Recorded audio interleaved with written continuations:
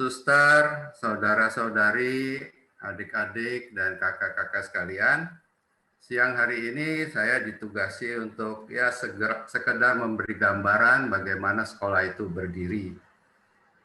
Jadi sekolah itu berdiri itu berdasarkan 3 pertanyaan yang ada, yaitu what, why, and how. Jadi what, apa itu sekolah? Sekolah itu didirikan itu pada awalnya, pada dasarnya itu berdasarkan kemanusiaan. Kemanusiaan dan berdasarkan sosial. Jadi hubungan sosial antar manusia yang ada. Why? Jadi di sekolah itu ada itu karena suatu komunitas, kumpulan orang-orang yang membutuhkan sesuatu, membutuhkan pendidikan, membutuhkan pengajaran untuk anak, keluarga, dan sanak saudaranya. Maka sekolah itu didirikan. Dan bagaimana sekolah itu dijalankan, itu how. Jadi bagaimana sekolah itu dijalankan, bagaimana sekolah dilola. Nah, pengelolaan sekolah itu butuh suatu kelompok kecil orang yang punya latar belakang pendidikan, yang punya latar belakang pengalaman di bidang pendidikan, dan dia bisa menjalankan suatu organisasi sekolah untuk melaksanakan semua program dan tugas-tugasnya.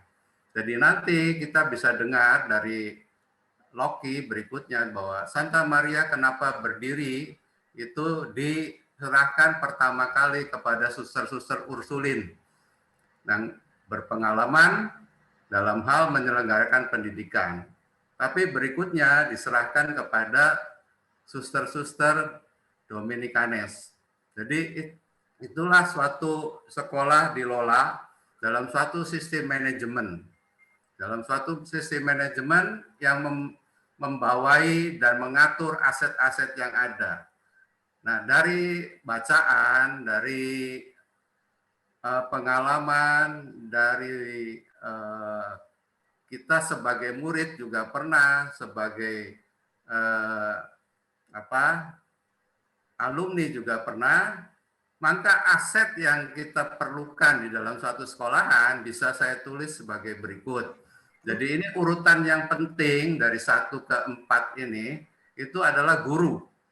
Jadi guru itu sangat penting dalam suatu sekolahan. Jadi sekolah itu tidak bisa berjalan tanpa guru. 2, murid.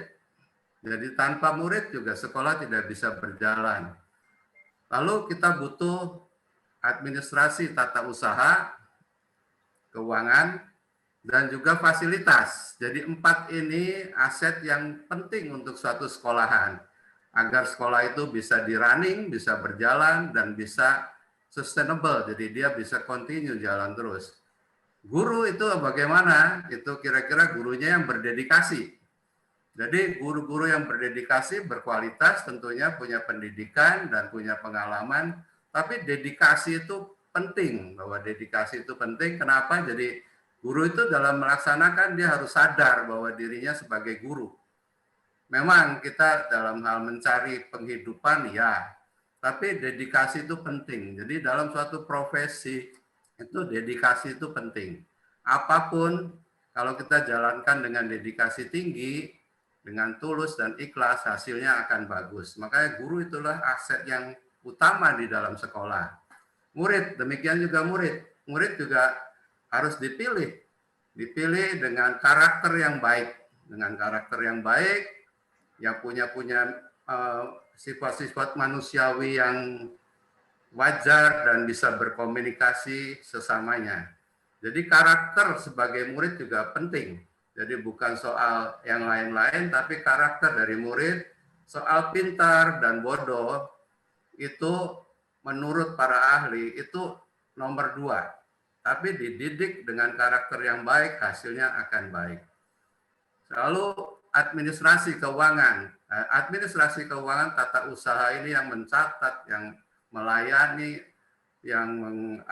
mendukung operasi itu juga harus tampil cukup baik, apalagi di zaman sekarang, di mana sekarang sekolah itu tidak tatap muka. Jadi ini harus menjadi pendukung yang baik.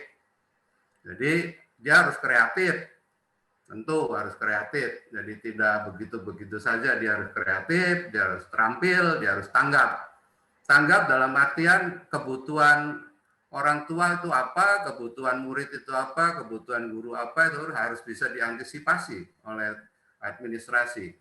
Baru berikutnya itu fasilitas. Fasilitas adalah gedung dengan support yang lain, seperti sarana olahraga, sarana perkantoran, dan lain-lain.